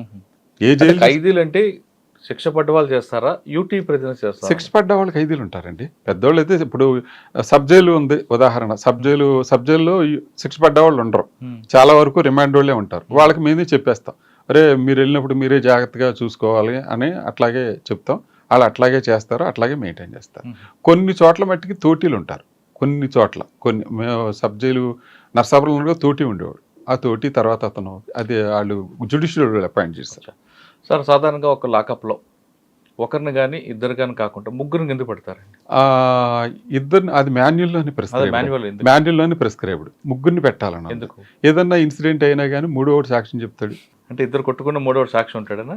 లేదండి, అలా అది మాన్యువల్ ప్రిస్క్రైబ్డ్ అండి. ప్రిస్క్రైబ్డ్ ప్రకారమే మనం ప్రిస్క్రైబ్డ్ ప్రకారం రూల్స్ ప్రకారం చేసినట్టయితే రేపు పొద్దున ఏదైనా ఇబ్బంది అయినా కానీ మనం సేవ్ అవుతాం. ఇప్పుడు అన్నిటికీ సాధారణంగా అన్నిటికీ రూల్స్ ఉండకపోవచ్చు, కానీ all acts done on good faith are legal అని మేము అనుకుంటాం. అట్లాగే మనం ఏ దురుద్దేశం లేకుండా వాడు చేసాం అనుకోండి, మనం వాడికి నిజంగానే ఒంట్లో బాగోలేదని హాస్పిటల్ పంపించాం, ఆడి టీబీ పేషెంట్ అయ్యాడు, ఓకే, ఆడు చాలా కేసులు ఉన్నాయి, ఓకే, అలాగని చెప్పి లోపల ఆపలేం కదా. ఆడు హాస్పిటల్ పంపించాం, హాస్పిటల్ పంపించిన తర్వాత హాస్పిటల్ నుంచి ఎస్కేప్ అయ్యాడు అనుకో, హాస్పిటల్ నుంచి ఎస్కేప్ అయితే ప్రిజన్ డిపార్ట్మెంట్ ఎంతవరకు బాధ్యత ఉంటుంది? కాదు మీదే ఉంటుంది, మాదే ARLది ఉంటుంది. అక్కడ కాపలా కాసి వాళ్ళు వాళ్ళది తప్ప కొంతమంది అడగొచ్చు, మీడియా అడగొచ్చు, లేదా పై అధికారులు కూడా అడగొచ్చు, ఈయన ఎందుకు హాస్పిటల్ పంపించావు, వీడి మీద ఇన్ని కేసులు ఉన్నాయి కదా, మరి పొద్దున వీడు చచ్చిపోతే సమాధానం చెప్పాల్సింది కూడా ఈయనే. ఇతనే కదా సమాధానం చెప్పాల్సింది. అందుకు లేదు ఇద్దరు పెడతారు. సార్, అంటే ఒక సెలబ్రిటీకి ఒక సెల్ ఇచ్చారనుకోండి, ఆ సెలబ్రిటీతో పాటు మరి ఇద్దరు వేరే వాళ్ళు పెడతారా? సెలబ్రిటీలు కాదండి. ఇప్పుడు సెంట్రల్ జైల్లో కొంతమంది శిక్ష ఖైదీల్లో బి క్లాస్ వాళ్ళు ఉంటారు, మీకు తెలిసే ఉంటుంది. బి క్లాస్ ఖైదీలకి సెపరేట్గా వాళ్ళకి సెపరేట్ కిచెన్ ఉంటుంది, సెపరేట్ బ్లాక్ ఉంటుంది, సెపరేట్ ఫెసిలిటీస్ ఉంటాయి, వాళ్ళకి ఉదయం కాఫీ కూడా ఉంటుంది. ఓకే, పడుకునేటప్పుడు ఆయనతో పాటు ఇద్దరు పడుకుంటారా, ఒక్కడే పడుకుంటాడా? లేదు, సింగిల్ లాకప్ అంటే పనిష్మెంట్ కిందే వేస్తారండి.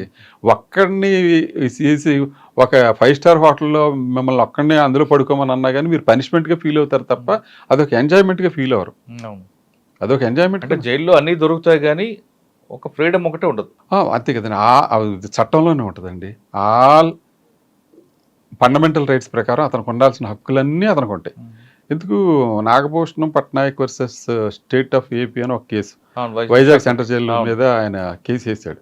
మా ఫ్రీనెస్కి ఈ జైలు గోడలో కరెంట్ వైర్లు, లైవ్ వైర్లు మాకు అబ్స్ట్రక్షన్గా ఉన్నాయి. ఆయన మా బంధువు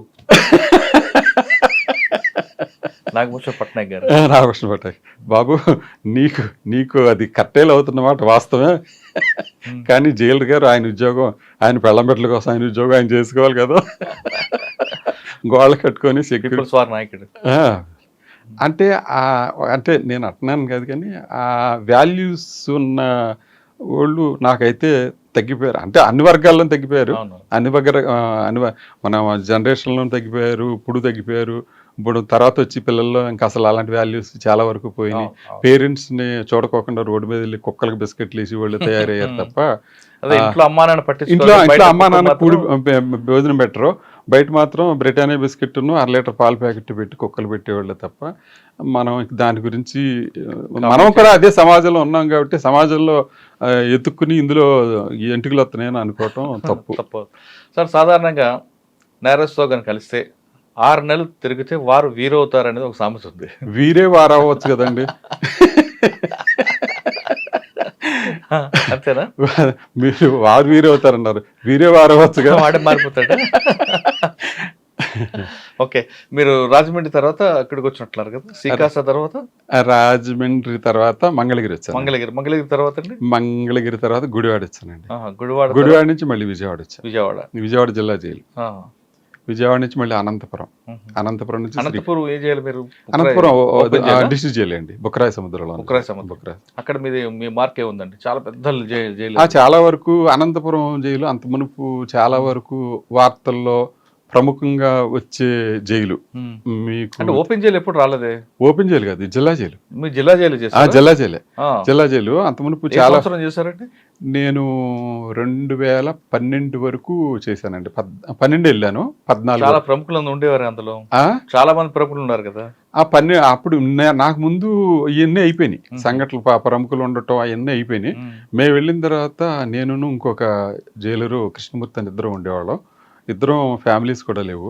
చక్కగా ఉదయం వెళ్ళి సాయంత్రం దాకా దాన్ని ఉతికి ఆరేసి పెట్టేవాళ్ళం, ఏమీ ప్రాబ్లమ్స్ లేకోకుండా. ఎందుకంటే అంత మునుపు ఏదైనా మైనస్ పాయింట్లు ఉంటే అన్నీ కూడా సెట్ చేసుకుంటూ వచ్చేసాం. అనంతపురం తర్వాత అండి? అనంతపురం నుంచి మళ్ళీ ప్రమోషన్ వచ్చి శ్రీకాకుళం జైలుకి వెళ్ళి. శ్రీకాకుళం జైలు అప్పట్లో అంటే శ్రీకాకుళం మీరు వెళ్ళేసరికి ఆ జైలు అనేది మిగతా రాయలసీమ ఆ టైప్ కాకుండా అదొక పీస్ఫుల్ ఏరియా, కానీ కొంచెం ట్రబుల్ మాంగర్స్ ఉంటారు అక్కడ కూడా. లేదు, ఎవరు మీకు బాగా ఇబ్బంది పెట్టలేదు? శ్రీకాకుళం జైల్లో ట్రబుల్ మాంగర్స్ ఎవరు లేరు, చాలా పీస్ఫుల్ జైలు. చాలా అంటే చాలా.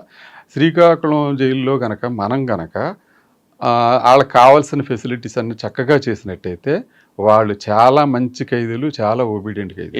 ఏ కేసు ఎక్కువ ఉంటుంది? 490 దొంగతనం ఏముంటాయి? శ్రీకాకుళంలో అన్నీ ఉంటాయండి. అసలు రిమాండ్ తక్కువ, జైలు కెపాసిటీకి చాలా తక్కువ ఉంటుంది. 60-60 మేము ఉన్నప్పుడు 60 అట్లా ఉండేది, చాలా తక్కువ రిమాండ్.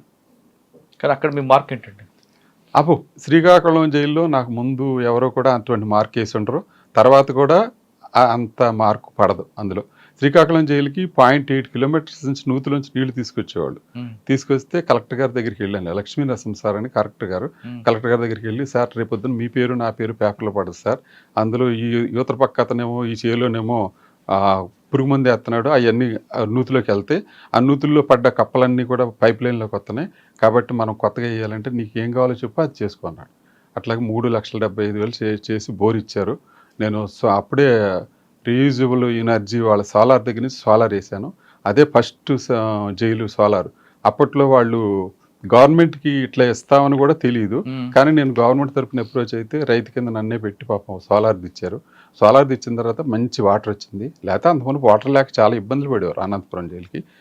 రోజు జైలుకి వస్తా 2 లీటర్ల లిమ్కా బాటిల్లో నీళ్లు తీసుకొచ్చి జోన్ చేసి వెళ్ళేవాళ్ళు వార్డులో. ఎక్కడ శ్రీకాకుళంలో. నేను వచ్చిన తర్వాత మన దగ్గర నుంచి నీళ్లు పెట్టుకెళ్ళేవాడు. తర్వాత చుట్టుపక్కల కూరగాయలు పెట్టడం, కూరగాయలు రామ్మోహన్ నాయుడు గారు ఎంపీ గారు చాలా అప్రిషియేట్ చేసేవారు. అచ్చెన్నాయుడు గారు వచ్చేవారు. ఒకసారి ఇప్పుడు రామ్మోహన్ నాయుడు గారి దగ్గరికి వెళ్ళి ఇట్లా మీరు ఒకసారి జైలుకి విజిట్ రావాలన్నా ఆయన నాకు చెప్పకోకుండా జైలుకి వచ్చారు. నేను ఊళ్ళో ఉండగానే ఆయన కలెక్టర్ గారి దగ్గర ఉండగానే ఆయన వచ్చారు. వచ్చి జైలు చూసి చాలా ఆశ్చర్యపోయి చాలా అప్రిషియేట్ అయ్యి రాళ్లలో ఇతను కూరగాయలు పండిస్తున్నాడు అని చెప్పి నన్ను మెచ్చుకుని ఏం కావాలండి అన్నారు. ఏం లేదు మినీ ట్రాక్టర్ ఇవ్వండి సార్ అన్నాను. వెంటనే ఒక 3 రోజుల్లో 4 రోజుల్లో శాంక్షన్ చేసేసి మినీ ట్రాక్టర్ ఇచ్చారు. చుట్టూతో వ్యవసాయం చేయండి, ట్రాక్టర్ లేకపోతే కొంచెం బాగోట్లేదండి నన్ను. ఆ చుట్టుపక్కల ఖాళీ స్థలం ఏది లేకుండా కంది కూడా వేసానండి. శ్రీకాకుళం తర్వాత లాస్ట్లో స్టేట్ బైఫర్కేషన్లో నన్ను తెలంగాణకి అలాట్మెంట్ అయితే చర్లపల్లి జైలుకి రావటం, ఉదయం జైలుకి వచ్చి రిపోర్ట్ చేయటం, సాయంత్రం వెళ్ళిరా బాబు అని అంటాం. ఓకే సరే, మీ మొత్తం సర్వీస్లో మీ జైల్లో ఇటు మగవారు ఉంటారు, ఆడవాళ్ళు కూడా ఉంటారు. ఇద్దరు ఎవరు ఎక్కువగా ఇబ్బంది పెట్టేవారు? ఆడవాళ్ళకు కూడా తక్కువేం కాదు, వాళ్ళు కూడా చేస్తుంటారా, లేదు కాముగా ఉంటారా? లేడీస్ అండి, సాధారణంగా లేడీస్ ప్రాబ్లమ్స్ అంతగా కాంప్లికేటెడ్గా ఏమి ఉండవు. వాళ్ళది ఏముందండి, వాళ్ళు ఎప్పుడు కాంప్లికేషన్స్ అయితే క్రియేట్ చేయాలి. వాళ్ళ రిక్వెస్ట్లు చాలా వరకు మాకు ఇంటర్వ్యూలో వస్తే అది ఏమన్నా ఉంటే చూడండి అట్లా మాట్లాడతారు తప్ప ఇంతవరకు లేడీస్ ఎవరు కాంప్లికేషన్ చేసిన వాళ్ళు ఎవరు కనపడలేదండి నాకు. అనంతరం భర్త భార్య జైల్లో ఉన్నారనుకో, జరుగు జైల్లో, వాళ్ళ పిల్లల్ని కలుసుకునే టైం ఎప్పుడు ఇస్తారండి? ఇస్తారండి, మామూలుగా వారానికి ఒకసారి తీసుకొస్తారు, ములాఖతులు తీసుకొస్తారు. ఇప్పుడు రాజమండ్రి సెంట్రల్ జైలు ఉంది, పక్కన ఫిమేల్ జైలు ఉంటుంది, ఇక్కడేమో స్టేట్ జైలు, ఇదేమో సెంట్రల్ జైలు. అందులోంచి ఇందులోకి వస్తారు, పిల్లలతో మాట్లాడుకోవచ్చు, చేయొచ్చు. కానీ పిల్లలు కూడా పుట్టగానే పిల్లలు పుట్టిన కొన్ని రోజులకి ఆ మహిళ నేరం చేసి జైలుకి వచ్చింది, పిల్లలు కూడా జైల్లోకి వస్తారు. అవునండి, అప్ టు 5 years వరకు వీళ్ళు ఇక్కడే ఉంటారు కదా. ఇక్కడే ఉంటారు. మరి వాళ్ళ కేర్ తీసుకోవడానికి ఆమె చూస్తారా, అక్కడ లోపల ఏమన్నా వాళ్ళకి సెపరేట్గా? అయ్యో, నిజంగా చెప్పుకోవాలంటే జైలు డిపార్ట్మెంట్ని బాగా డెవలప్ చేయడానికి అందరూ ఆఫీసర్లు, జ్యుడిషియల్ డిపార్ట్మెంట్ చాలా మంచి సలహాలు ఇచ్చారు. మీరు అడిగిన దానికి ఒక పాయింట్ ఏంటంటే, నేను శ్రీకాకుళం జైల్లో ఉండగా ఒక చంటిపిల్లోడు కనపడ్డారు, ఆడవాళ్ళ దాంట్లో బ్లాక్లో కనపడ్డారు. డిస్ట్రిక్ట్ లీగల్ సర్వీసెస్ అథారిటీ వాళ్ళతో మాట్లాడి అమ్మాయి ఏంటంటే చెప్పారు. అంతా అయిపోయిన తర్వాత ఆవిడకి డౌట్ వచ్చింది, చంటిపిల్లోడు కదా శీతాకాలం వేడి నీళ్ళు ఇస్తున్నారా లేదా అని డౌట్ వచ్చి ఆవిడ ఒక పాయింట్ మెన్షన్ చేసింది, ఇలా పిల్లలు ఎవరైనా ఉన్నట్టయితే వాళ్ళకి వేడి నీళ్ళు ప్రొవైడ్ చేయడానికి చేయండి అని ఆవిడ రాసింది. అప్పుడు రాస్తే ఉమ్మడి ఆంధ్రప్రదేశ్లో మొత్తం అన్ని జైల్స్కి 3,75,000 పెట్టి సోలార్ వాటర్ హీటర్ పెట్టారు వాళ్ళ కోసం. మొత్తం అన్ని జైల్స్కి ఆవిడ ఇచ్చిన సలహా అంత కేర్ తీసుకుంటారు. ఎందుకు ఒక మేజిస్ట్రేట్ గారు డిస్ట్రిక్ట్ లీగల్ సర్వీసెస్ నుంచి వచ్చి నన్ను చూశారు. సాధారణంగా మీడియా కానీ కొంతమంది ఎలా ఉంటుందంటే ఏదో క్రిటిసైజ్ చేద్దాం, జైలుకి వచ్చి ఏదన్నా ఫాల్ట్ ఫైండ్ చేద్దాం అన్న ఉద్దేశం మీదే వాళ్ళు ఎంటర్ అవుతారు. నన్ను అడిగారు, ఇది కూడా చూడండి, ల్యాబొరేటరీస్ కూడా చూడండి. ల్యాబొరేటరీస్ నేను ఎందుకు చూడాలని అడిగారు నన్ను. ఎవరు? ఒక డిస్ట్రిక్ట్ లీగల్ సర్వీసెస్. మీరు తప్పకుండా చూడాలండి, చూసి ఆ కండిషన్స్ ఎలా ఉన్నాయో మీరు అందులో రాయండి, తప్పుంటే తప్పు రాయండి, అందులో ఏదైనా మిస్టేక్ ఉంటే మేము సరి చేసుకుంటాం, మీరు రాయండి అన్న. అంటే నన్ను చూడమని మీరు అది కూడా చూడాలండి, కిచెన్ చూడాలి, ముద్దాయిలు చూడాలి, వాళ్ళ బెడ్డింగ్ చూడాలి, వాళ్ళ లివింగ్ కండిషన్స్ చూడాలండి. ఆవిడ అతి కష్టం మీద వచ్చి నేను ఆవిడకి ఛాలెంజ్ చేశా, మీ ఇంట్లో కంట నా ఇంట్లో కంట శుభ్రంగా లేకపోతే నా మీద రిమార్క్ రాయండి. అంత మాట అనగలగాలంటే మన దగ్గర ఎంత ధైర్యం ఉండాలి. వచ్చారు ఆవిడ? వచ్చారు, చూశారు. ఆవిడేం అల్లాక కిచెన్కి వచ్చిన తర్వాత ఇదేంటి అంది. అది పెరుగు మేడం అన్న. పెరిగిస్తారా, మజ్జిగ ఇస్తారనుకుంటా కదా, మజ్జిగ పోస్తారనుకుంటా కదా. లేదు మేడం అని ఇలా తిప్పా ఆవిడ ఎదురుకున్నాను. ఆవిడ పడిపోద్దామని వెనక్కి వెళ్ళింది. పడిపోద్ది మేడం, గట్టిగా ఉంటుంది మేడం ఇది అని చూపించు. అది అయిపోయిన తర్వాత రైస్ చూసి నో ఈ రైస్ నేను యాక్సెప్ట్ చేయను, దుడ్డు బియ్యం, ఈ ఖైదీలే మీరు తింటారండి ఇంట్లో, మేము తింటామా అండి, మా ఇంట్లో తింటారా అండి అంది. మేడం గవర్నమెంట్ ఇచ్చి రైస్ అది, సివిల్ సప్లై మేము చేయడానికి ఏం లేదు, మీరు బాస్మతి రికమెండ్ చేయొచ్చు. అదేంటి అలా అండి? అవునండి, అప్పుడు కేసీఆర్ గారు వెనకబడిన హాస్టల్కి సన్నబియ్యం రికమెండ్ చేశారు తెలంగాణలో. అవును. మీరు బాస్మతి రికమెండ్ చేస్తే కనీసం సన్నబియ్యం అని వస్తాయి, అవును. మీరు రికమెండ్ చేయండి, తప్పే ఉంది అందులో. అట్లాగే మేడం గారు వాటర్ చిన్నపిల్లలకి రావాలని రికమెండ్ చేశారు, 3,75,000 పెట్టి మొత్తం రాష్ట్రం అంతా ఇచ్చారు. 3 లక్షలు. ఆవిడేమన్నారు ఆవిడ ఆ? ఆవిడేమన్నారు ఏమంటారు? మీరు రాయాలంటే రాయండి, రైస్ నచ్చలేదంటే రాయండి. గవర్నమెంట్ సప్లై, సివిల్ సప్లైస్ ఇచ్చిన రైసు, అందులో రాళ్ళు ఉంటే తప్పు, ఇంకేదైనా ఉంటే తప్పు, కానీ అన్నం లావుగా ఉంటే అది సూపరింటెండెంట్ తప్పు ఎలాగవుతుంది? కానీ ఎందుకండి అన్నం ఎక్కువ బయటకు వేస్టేజ్ వచ్చేస్తుంటుంది? అంటే తిన్నక లేదంటే ఎక్కువైపోయా లేదండి, అంటే వేస్టేజ్ బయటకు వస్తారా? బయటకు వస్తుందా? సాధారణంగా ఇప్పుడు మనం పెళ్ళిళ్ళకి వెళ్తాం, మీరు నేను పెళ్ళికి వెళ్తాం.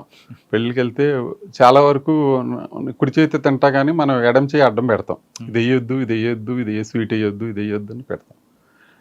అలాగ అందరూ ఫాలో అవుతారా? అందరూ ఫాలో అవ్వరు.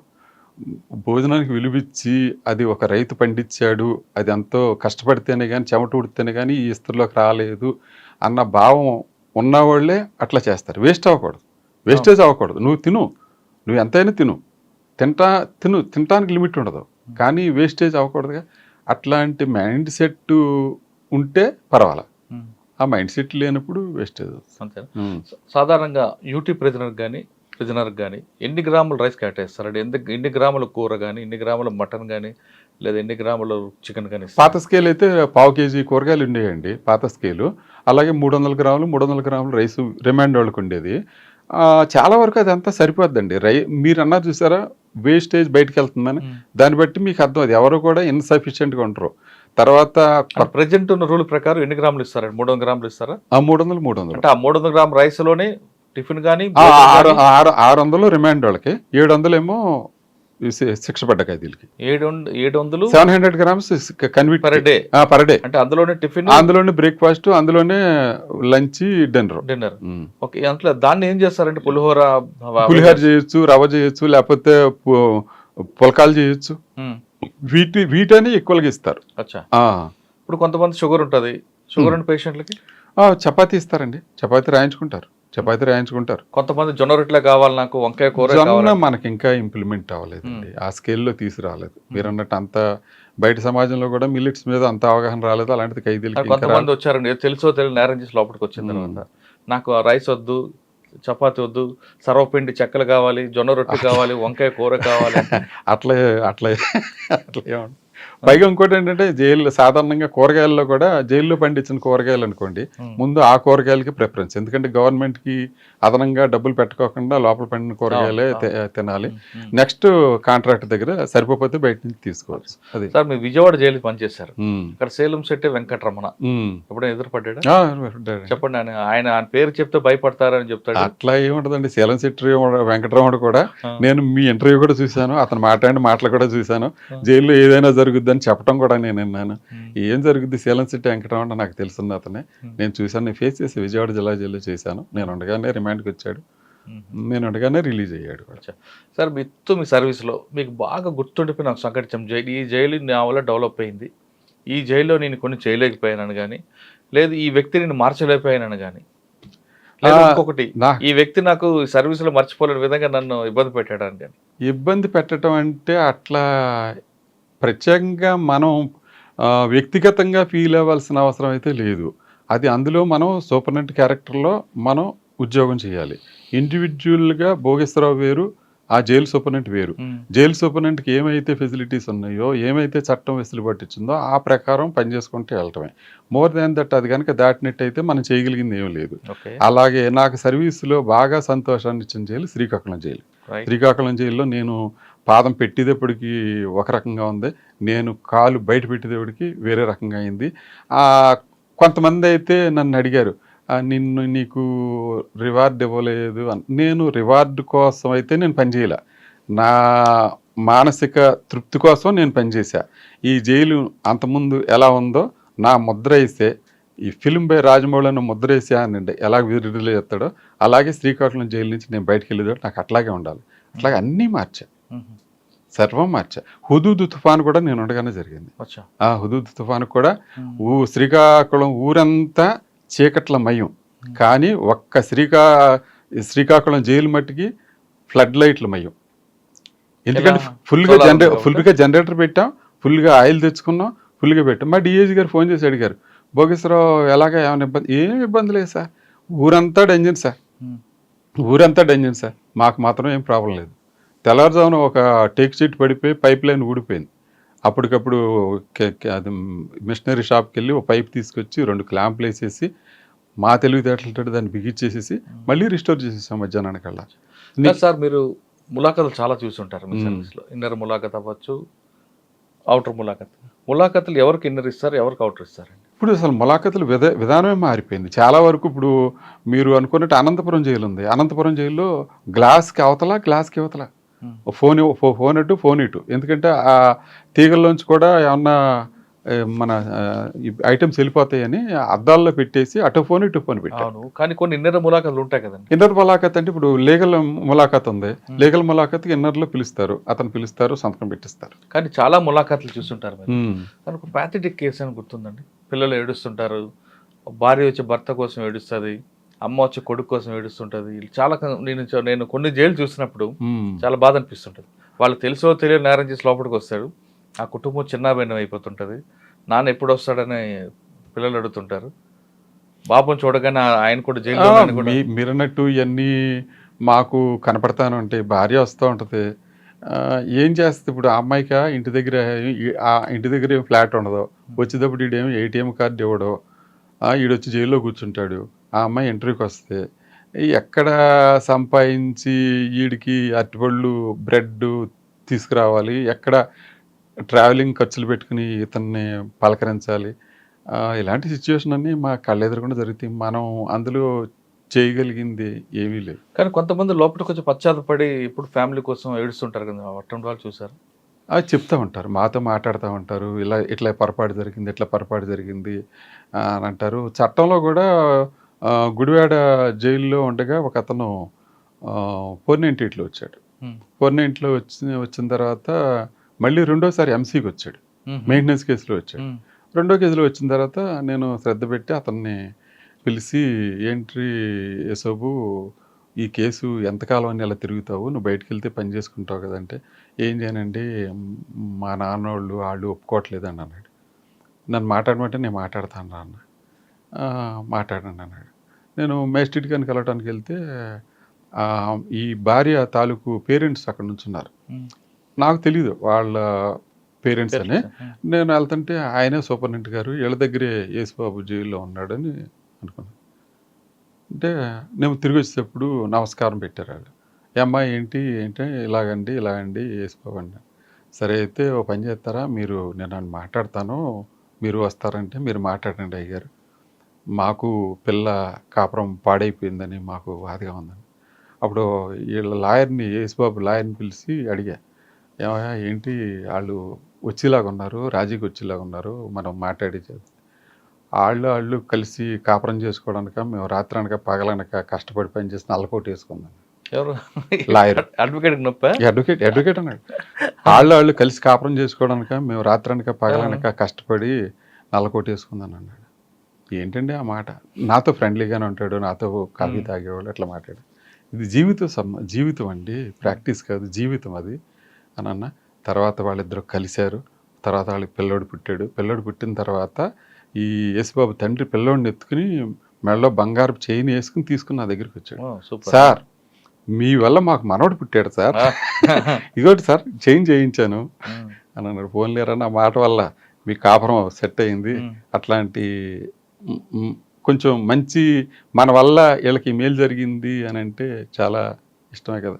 అట్లాగే శ్రీకాకుళం జైల్లో లైఫర్స్ ఉండేవాళ్ళు, జీవో ఇచ్చింది గవర్నమెంట్, బటాబటిగా రిలీజ్ అవుతారా లేదా అన్న సంశయంలో ఉన్నారు. ఉంటే నేను వాళ్ళ రికార్డ్ అంతా వెరిఫై చేస్తే 1 or 2 రికార్డులో మిస్టేక్స్ కనపడి వైజాగ్ సెంట్రల్ జైలుకి రాశా. క్లారిఫికేషన్ తీసుకుని వాళ్ళకి చేసి నేను ఎంతవరకు అయితే మ్యాక్సిమం రెమిషన్ ఇవ్వచ్చో అంత మ్యాక్సిమం రెమిషన్ ఇచ్చేసి డీజీ గారికి కూడా మీరు కూడా మ్యాక్సిమం రెమిషన్ ఇవ్వండి అని నేను రాశాను. రాస్తే డీజీ గారు నన్ను క్లారిఫికేషన్ అడిగారు. ఏంటి భోగేశ్వరరావు అందరికీ రెమిషన్ ఎట్లాగా యూనిఫారంగా ఎట్లా ఇస్తారు అని అంటే, అందరూ మంచోళ్ళేనండి, వాళ్ళందరూ బాగా చేయబట్టే నేను రోజుకి 2,000 రూపాయల కూరగాయలు నేను జైలు డిపార్ట్మెంట్ తరఫున అమ్ముతున్నా, వాళ్ళందరూ పనిచేస్తున్నారు కాబట్టి. అలా కాదు, కొంతమంది బాగా చేసేవాళ్ళు నా దగ్గర అట్లాంటి వాళ్ళు ఎవరు లేరండి. మీరు కూడా అడుగుతున్నారు చాలా వరకు, ఏమన్నా ముద్దాయి మిమ్మల్ని ఇబ్బంది పెట్టాడా, ఏమన్నా ట్రబుల్ పడ్డారా.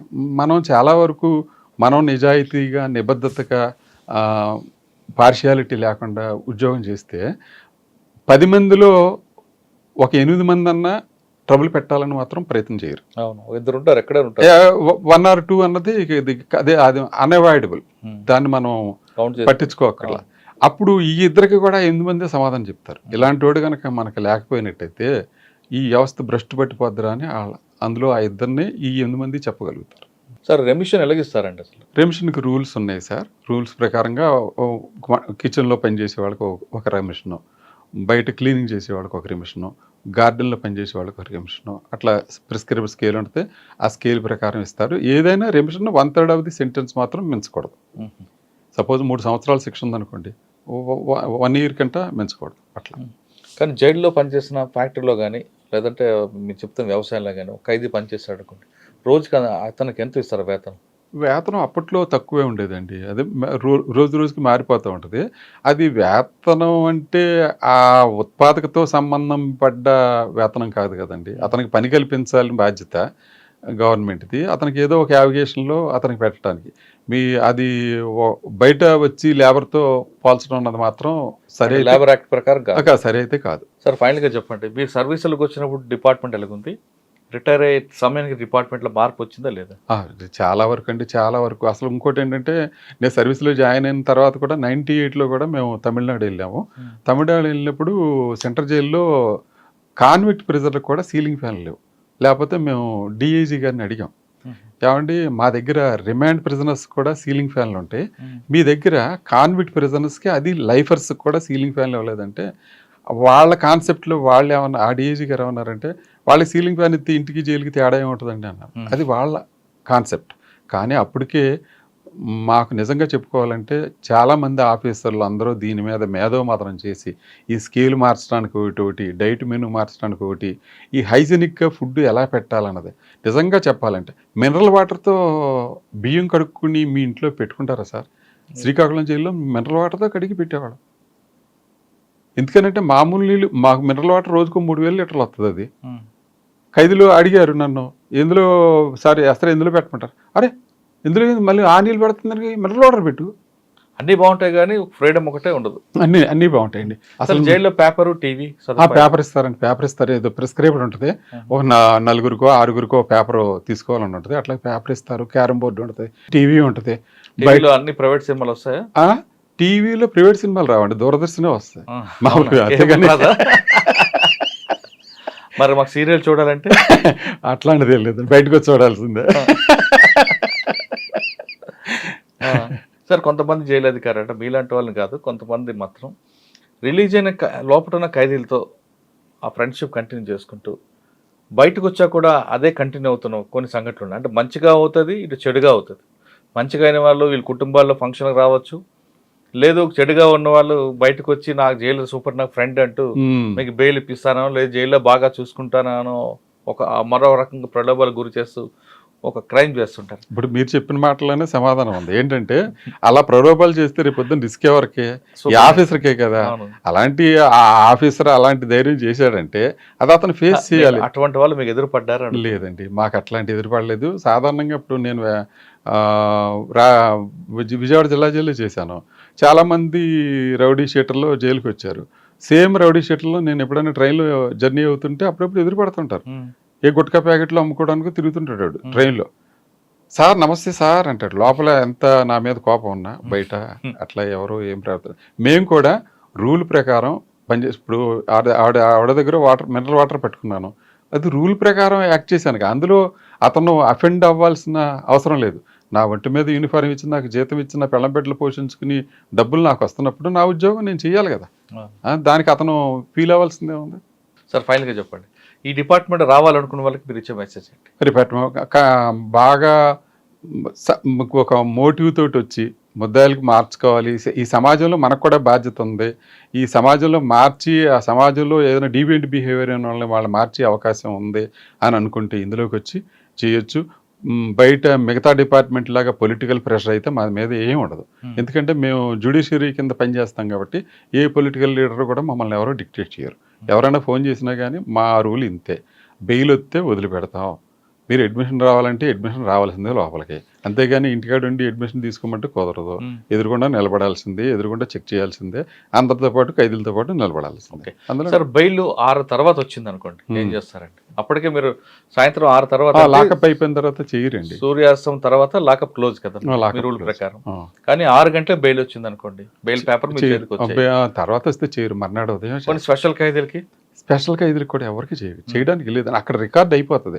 సాయంత్రం 572 లాకప్ అని ఉందనుకోండి, 572 రాత్రి అతను నైట్ డ్యూటీ వాళ్ళకి అప్పచెప్పేస్తాం. లాకప్ చేసి లాకప్ చేసేసి 572లో ఒక 62 మందికి ఒక బ్లాక్ ఉంటుంది, ఉదాహరణ 61 మందికి ఒక బ్లాక్ ఉంటుంది. అతను అంతకే సంతకం పెడతాడు. ఈ నైట్ రిటర్న్ కోర్టులు వస్తాయి, ఆ కోర్టులు వచ్చినప్పుడు వేరే చోట లాకప్లో వేస్తారు. తెల్లారుజామున మళ్ళీ 572 ప్లస్ ఇది ఒక 5 రిటర్న్ కలిపి 577కి అన్లాకింగ్ రిపోర్ట్ చెప్పాలి. అంతేగాని వీళ్ళని తీసుకొచ్చి అందులో యాడ్ చేయరు. నైట్ టైం లాకప్ ఓపెన్ చేసి అని చేయరు. కానీ బెయిల్ వచ్చిందని, బెయిల్ పేపర్ వచ్చింది అనుకోండి 7 గంటల మీ చేతికి, అప్పుడు వస్తే మళ్ళీ మర్నాడు ఉదయం అండి. మర్నాడు బయటికి పంపించినప్పుడు ఖచ్చితంగా టిఫిన్ ఇచ్చి పంపిస్తారట. ఎందుకు? ఆ పొద్దున్నే టీ తయారైపోతుందండి. పొద్దున్నే టీ తయారైపోతుంది.